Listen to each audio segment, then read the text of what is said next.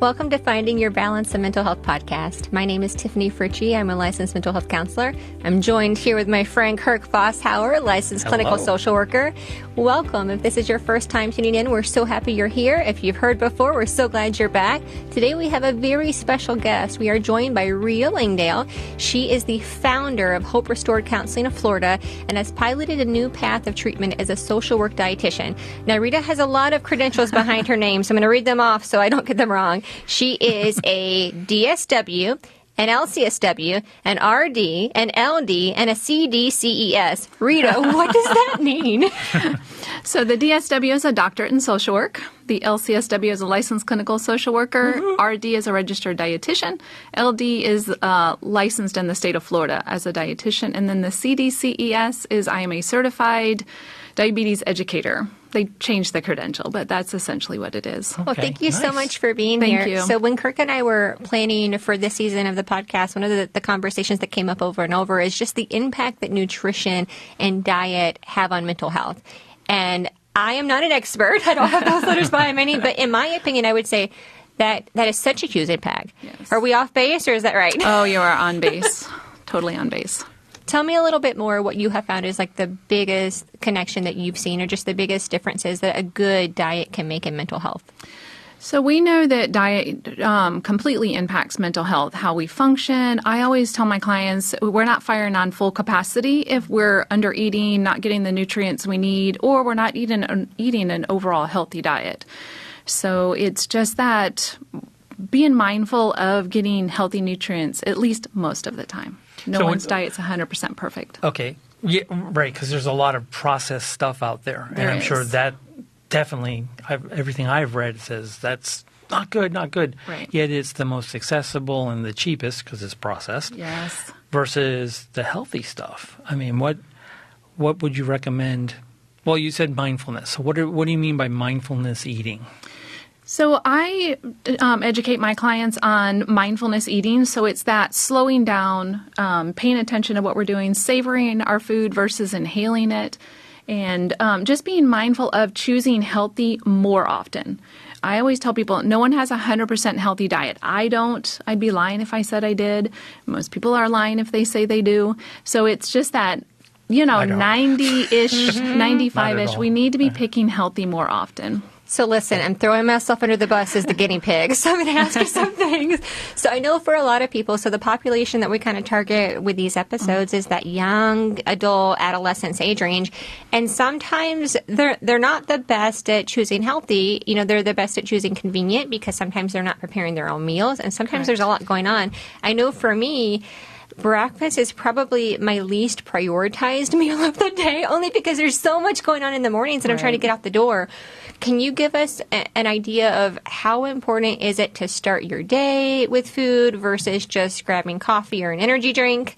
And then just how you really would be mindful, if you're not in super control of the food that you're getting, maybe going to a college campus cafeteria, that sort of thing. So the first thing I'd like to say is sometimes it's quantity over quality. And I tell my clients that all the time, even though like college kids, they don't have, unfortunately, a lot of healthy options at the dining hall. I hear it out of all my college clients. So sometimes it is quantity over quality. Let's focus on portion control versus, the quality of it. The other thing I wanted to say is when we look at breakfast, do you know why it's called breakfast? Oh, I know this one. Break fast. Yes. There you go. Yes, definitely. So we're breaking that overnight fast. We're getting the liver to stop dumping out glucose in response to the brain. We're kind of gearing up. Go back. Glucose response to the brain. What is this? Okay. You'll have to rein me in. So when we go in long fasting periods, the brain sends out that signal that, hello, liver, I need glucose. They're starving me. For energy. Right? Yes, for energy, because the brain runs off of glucose most efficiently. Yes, it will burn fat and protein, but it doesn't like to.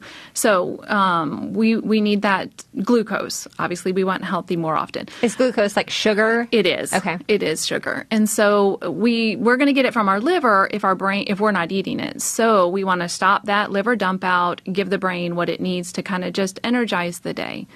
But again, I always tell my clients, especially those in the South, we're not looking for a Southern breakfast. We're looking for, healthy carbs carbohydrates, to get the day going. Okay. So give an example of maybe like, what would a healthy carb be? So with my clients, I'll work with them. I don't do meal plans. I will if they absolutely push it. But with a meal plan, if I give it to them, they're like, I don't like half this food. So we can sit down together and do that. So I'll say, I know our lovely society says no bagels, no bread. Bread is not evil. It's our inability to stop or control our portion.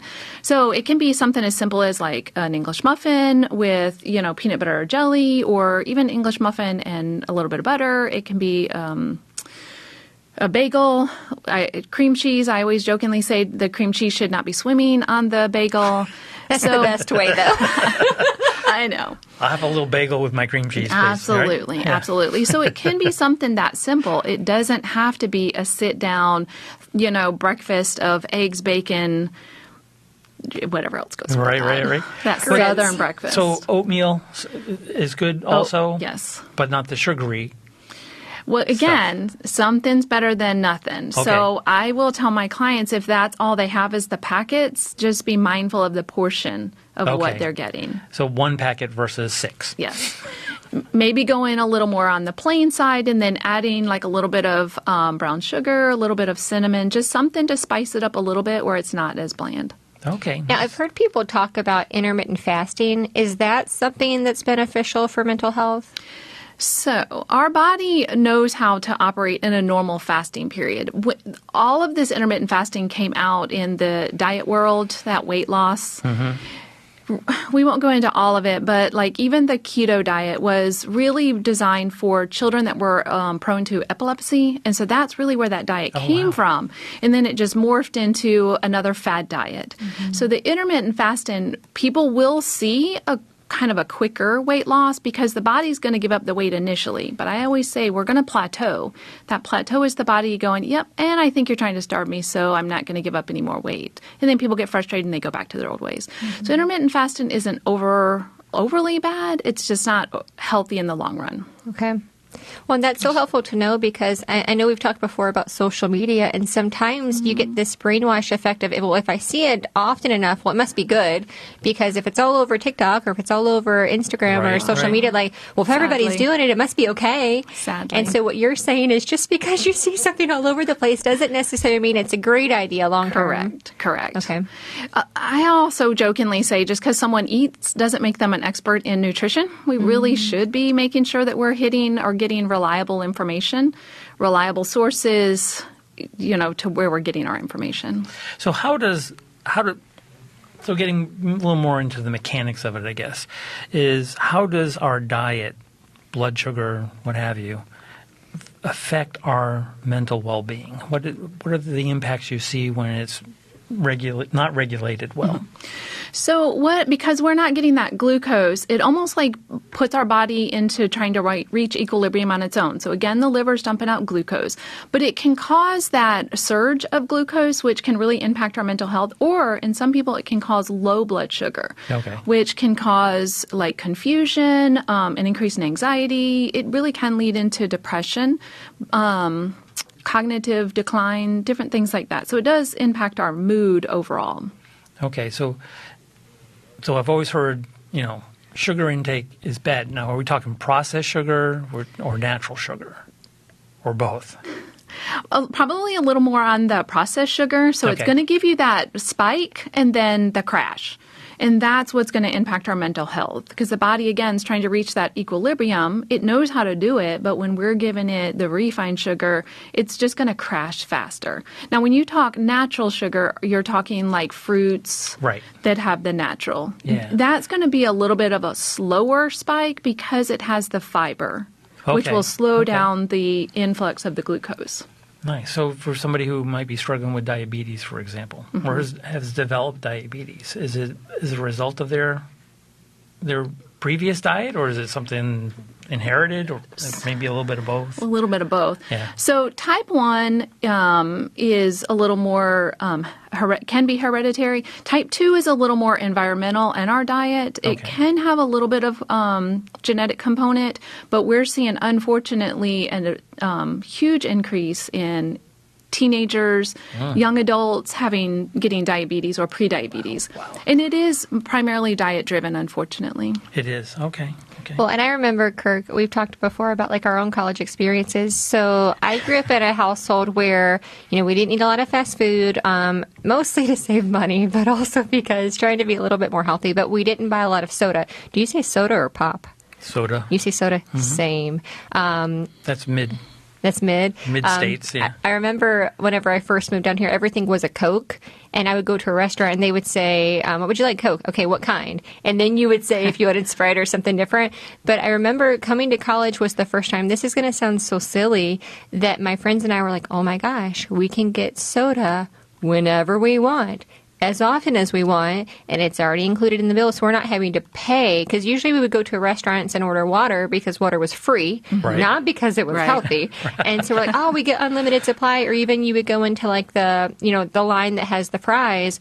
You can get unlimited of this. Why would I get a salad when I can get French fries or a grilled cheese? And so I think sometimes when you're transitioning from young adult or adolescence to young adult, you've never really had to be super responsible for making those decisions. And now, like, the world is at your fingertips. Absolutely. What are some ways to practice that mindfulness when you haven't had that freedom before and it's easy to go off the deep end a little bit?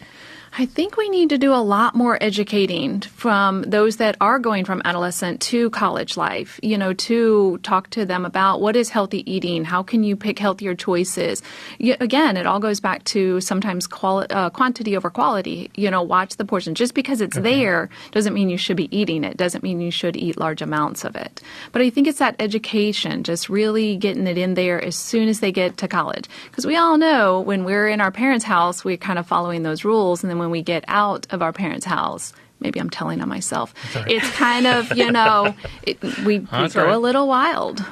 Oh, so pizza's okay, just don't eat the whole pizza. Correct. Got it. But then jumping into that, let's talk about coping skills. So I know for a lot of us, when you're having a rough day, and college is a big transition, there's a lot of new stressors that you've never had before, new responsibilities. A lot of times it's so easy to find comfort in food. It is. Especially mac and cheese or ice cream or potato chips. Food is a legal drug. And so probably 90% of my clients we're addressing some kind of disordered eating, and it's stress eating or emotional eating or eating out of boredom. Again, it goes back to that education. It goes back to the skills. I do a lot of skill building in my practice. How are we addressing the high emotions or the stress, of an exam coming up? How do we handle them in a healthy way? What are the healthy coping skills that we can put in place? Again, it goes back to the education. What do you see as the major food that somebody turns to when they're under a great deal of stress? I don't think there's one in particular, but it's the comfort food. And then, like you had said earlier, it's what's cheap, what's readily available. But it does tend to be for some people, it's sugar, like sweets and desserts. For others, it is the fatty, greasy, or the salty. Which is not good. You're saying in large amounts. No? Oh, my. Sorry. Oh, but it tastes so good. I agree. Kirk, are you a salty or are you the sweet kind? I am more on the salty side than I am the sweet side. Actually, my wife has made me a little bit more sweet. Oh, right? I would agree with that. Wow. Well, I think that's so good to know because you kind of go back to old habits when you're feeling uncomfortable. And so you're talking about making new habits. That's really hard when you don't have a lot of direction. And also when you don't have anybody kind of holding you accountable. Right. Correct. Right. I think as my wife and I have gotten older, we've kind of held each other a little bit more accountable with our diet. And the foods we eat. We tend to like to eat out a lot because we both have very busy schedules, so it's much easier to go somewhere else. But you're right about portion size. My God, you go to a restaurant and it's like this ginormous thing, and we've been trained, our little brains have been trained to say, you got to clean that plate. And I'm like, no, I don't. Correct. I don't need to clean that plate. And actually, what I have done over the last few years is actually got the order, cut it in half. And even half now is like, Still a lot. still a lot. So let me ask this, not to cut you off, but Yeah, you just okay. reminded me of something. So I remember whenever I was growing up, this is so silly, but I remember asking my mom, why do we have like these kind of plates in our house? And they were just like the plain, like no decorations. And I remember she said that when my dad was little, their dishes, is it Corel? Yeah. They had Corel with the flowers, and his mom, so my grandmother would say, you can't get up from that table until I can see the flowers. Oh. And so he would have to eat off of his plate until the flowers were gone. And so when he and my mom got married and, set up their household, he's like, no flowers. We're not having any flowers. And so I remember, though, that was never a pressure for me. I think my mom and my dad both did a very good job of, you got to eat your protein, but, only eat until like you're full. And I've really tried hard to maintain that healthy idea of eating, because like you say, like, food isn't good or bad, but it's that idea behind Correct. the food, that portion control. And so I've tried really hard with my own kids, which we've talked about my kids before, of not making it a thing. Like, if you want some chocolate, get some chocolate. Yes. Have one piece. If you want some, that's fine, but all in moderation. And so you don't have these like negative ideas. I want to go very quickly into, what do you think kind of sets that foundation for disordered eating? Because there's got to be something, maybe like trauma or generational, or something that like sets up the idea behind this food is bad. Right. So a lot of it is environmental. But before I answer that, I wanted to go back to Kirk's thing of the, I always tell my clients, get out of the, when they were raised in the Clean Your Plate Club, get out. Give back the membership, rip it up. Because it is. We were forced to finish what was on our plate. I think that is a lot of where it does start. So to go into your question, it does lead into that disordered eating. We're forced to do it, kind of clean our plate no matter what's there. Our food system has changed so dramatically over the last 50, 60 years. And so we demanded a bigger bang for our bucks. And so restaurants gave it to us at our detriment. And then, so I love your little hack of, I tell people that all the time, box up half of it the second it gets to the table. Right. Don't push it to the side, because we're going to get distracted. We're just going to keep going. So we box it up. It's that barrier, because very few people are going to open that box and keep going. Right. So that's an amazing hack that I tell clients all the time. Nice. Eating out isn't necessarily a bad thing. Yes, we want to choose healthy more often, but doing things like just really being mindful of the portion. So going back to the disordered eating, I think a lot of it is environmental. In some cases, when children aren't raised with certain things, I think with what you're doing with your kids is amazing. You're saying it's okay to have chocolate, moderation. I think, unfortunately, a lot of families are going, you can't have this, you can't do that. And so then when they get off to college and it's easily accessible, what are they doing? They're going overboard. Binging, right? Yes, Yeah. they're binging. Then, unfortunately, our diet culture is driving a lot more of that disordered eating. You said it a second ago. Food is not bad or good. Food is food. It's portion control. And so we're just really kind of feeding into that disordered eating. Do you notice a difference in how people eat? So what I mean by that is eating in front of the TV, or eating at the table, or eating at a restaurant. Is there a way that they eat that tends to be more unhealthy? So it's that distracting, especially if we're plating, like if we've been too long without food. And so some of us are heavy scoopers and we eat on bigger plates. So we're putting a whole bunch on. And then my grandma used to say your eyes were bigger than your stomach. Yeah. So we heap up the plate. We're distracted. We're watching TV. We're doing whatever. And we just keep going. Then we factor into some people are fast eaters. Do you know how long the signal from the gut to the brain to stop eating you're full? Do you know how long it is? How long? About a 15-minute delay. 15 minutes. About a 15-minute delay for that signal to get from the gut to the brain, hello, please stop eating, you really are full. 15 minutes? So when we're a fast eater, when people are fast eaters, they're packing a whole bunch in before that signal gets there. Wow, that's interesting, because restaurants, they move people in and out, and the average time is 20 minutes. So that's not enough time. it's not. It really isn't. Is it really 20 minutes? Mm-hmm. I know for my kids, I have one in elementary school, one in middle school, and I can't remember my middle school, but the elementary, he has 20 minutes for lunch. Yeah. So it kind of starts there. We're teaching them to eat fast. Then we get into the work world.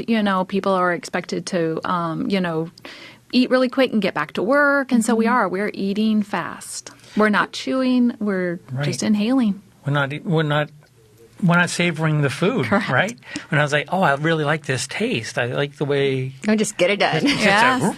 Well, let me ask this. So sometimes I'll eat something and I'll get super tired right after. Sometimes I'll eat something and I'll get jittery. Sometimes I'll eat something and I don't really notice a difference other than I'm just full now. Is there a type of food that like you can say, oh, this is what's making you tired, this is what's making you jittery, that we could kind of keep in mind for our mental health that would like increase certain feelings?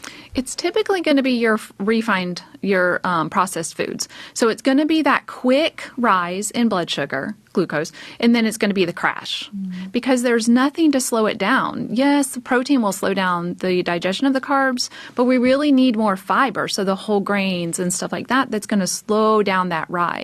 So without a diet log of what are you doing and what's going on, I would say it's more the refined sugar. So Processed food. making sure those fibers are there. So you said something about the protein. Is it important which foods you put together? Does that make a difference? Yes, it does. So we do want to balance. We want to have our carbohydrates. We want to have protein and then, preferably a vegetable, but I know a lot of people didn't grow up with that and it's a struggle. But yes, because fiber will slow down the digestion of the carbohydrates and so will protein. I have to ask, what's your favorite vegetable? Probably, Okay. carrots or broccoli. Kirk, what's your favorite one? Brussels sprouts. Oh, Really? Yeah, I like Brussels sprouts. Interesting. I like them I love glazed. that. You right? A little glazed, roasted. Yes. I do like Brussels sprouts. Do you feel like sweet potato fries are considered a vegetable? Maybe not after they're fried. Well, I'm not a big fan of sweet potato fries. Really? Yeah. One thing that gets me all the time is like I'll eat pretty healthy, but then it's the sauces and the dipping things in the sauces. That's where the trouble is, right? I love ranch dressing, and Me even like too. I'll eat a salad, and I'm like, oh, you were talking about like the bagel swimming in cream cheese. My salad's swimming in ranch dressing, which probably like negates the health benefit of the salad. Right. But I Right. love ranch too, so I'm with you. But I jokingly say your salad shouldn't be swimming off the plate with ranch. But it's that cutting it back slowly. So if I tell someone, well, you really should only have this much ranch, it's going to be miserable. And some of it is a mindset. Yes. So we'll say slowly start decreasing the amount. So your brain doesn't go, what are you doing to me? This is miserable. Forget it. I'm just going to do whatever. One thing I've started doing, which is like not a hot tip or anything, but if I order like a takeaway salad, instead of dumping the dressing all over the salad, I'm like, oh, that's not enough. Let me get more. I'll start getting a fork of the salad, then just like doing a little Dipping it. dip. Dipping. And that I Yes. feel like I can eat the whole salad and it's enough dressing. But if I'm dumping, I need to get 2 or 3 more to cover the salad. Right. Yes. But so like what you're talking about, not life-changing changes, just little practices. Gradual. Yeah, that makes it more bearable. It does. Right. So you mentioned protein as kind of being one of the things. One of the things I've found or have learned is that I need a little bit more protein in my diet, probably because I'm male. I'm not sure if that will make a difference. Muscle mass. And feel different. If I don't have enough protein, I feel lethargic. I don't think as quickly. I'm not as alert. And it is. So men need more protein because of the muscle mass. Okay. And so you're right. If you're not getting enough, again, you're gonna get a spike in the carbohydrates, so in the glucose, and then you're gonna feel that maybe that sluggishness could be messing with muscle mass, Right, things like that. And you hear all sorts of numbers out there. You need to have this many calories. You got to burn this much. And it's like it gets a little confusing. Math, no, it doesn't work. But if I end up, I mean, what's a good measure for people to kind of look at? I mean, I know the government did a My Plate kind of thing and all that, but everyday person, like, what's a good size? I mean, is it the 22-ounce steak or is it the 8-ounce steak that's gonna? Here's where I lose friends. I know. So it's really going to be more of that. What fits in the palm of your hand is really all Okay. we need as protein. So I get men's hands are bigger than mine. So again, men do need a little bit more. But unfortunately, we're eating chicken the size of my hand and steak the size of my arm. So it's just gradually kind of decreasing that. As far as like numbers, I think because we do live in a was going to say a fat phobia society, which we do. It's that drive towards, calorie intake and your macros and micros and all that. And I'm like, throw it out the window. Let's just focus on what's best for that person. As far as calorie intake, that is so individualized as far as what do they need, what's their activity, and stuff like that. Are they wanting to lose? Are they wanting to maintain? Right. I agree. I think it is individualistic, and just having those numbers out there, it's a guide and really should be looked at. Okay, but don't harp on the numbers. Because it can lead into disordered eating. I've got a lot of clients that are hyper fixated on calories in. And so when we get that, we are moving into food not being healthy, whether it's good food or bad food. It really can lead to that disordered eating. Wow. What would you say is your biggest piece of advice? So leaning more on the social worker, maybe because you're a social work dietitian, when you see people that have disordered eating and they have this sense of self that might not be, accurate, what is your advice for them? Obviously, we can work on the eating, but how do you work on the heart? What I do, again, I go back to those skills. What skills can we implement? I deal with a lot of perfectionism, so I would say, if not all of my clients, we're dealing with some kind of level of perfectionism.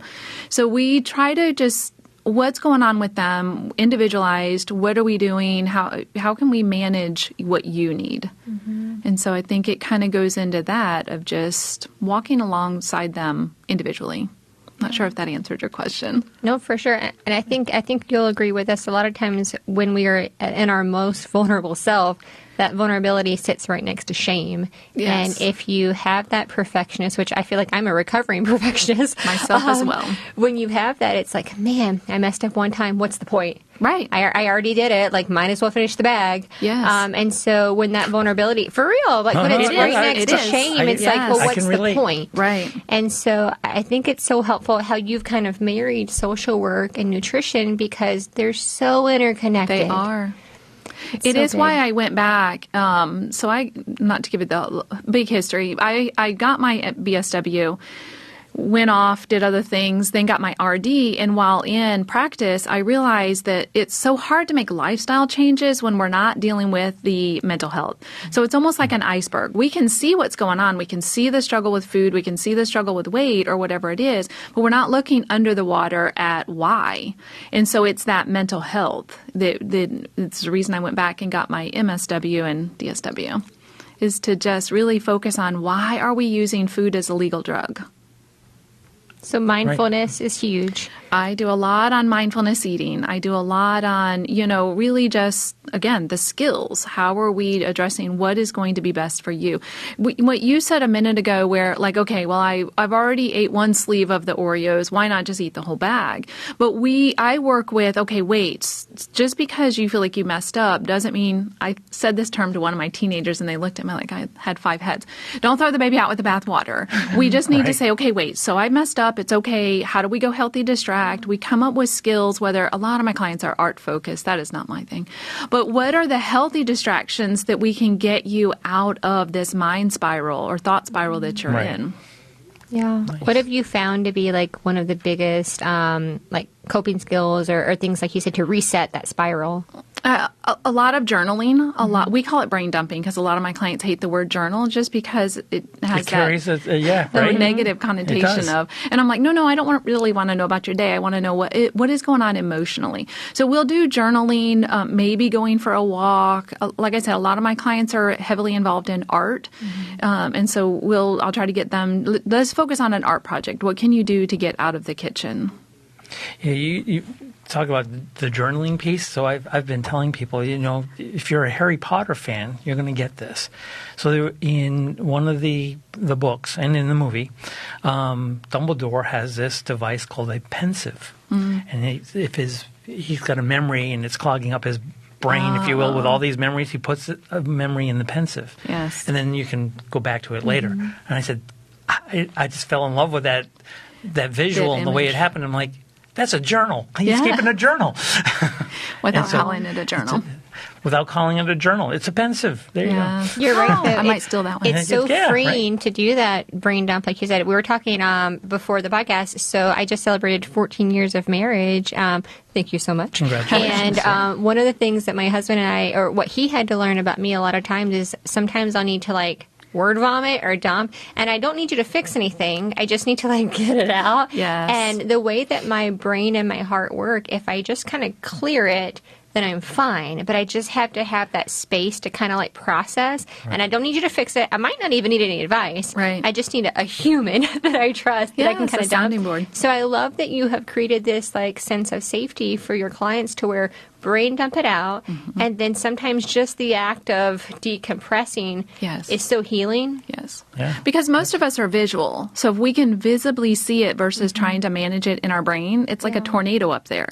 But if we can see it, we're more likely to be able to process it out. It's so good. And so that is one of my big skills. Journal, or brain dump. I'm so glad that you created this new pathway, social work dietitian. Nice. Yes, absolutely. So, Rita, if people want to reach out to you and talk to you more about this, or even become a client, how do they reach you? So my office number is 863-712-0877, or my website, hoperestoredfl.com. Those are the two ways. Excellent. Well, thank you so much for being part of our Absolutely. podcast. Thank you. It was fun. Thank you for being here. Thank you.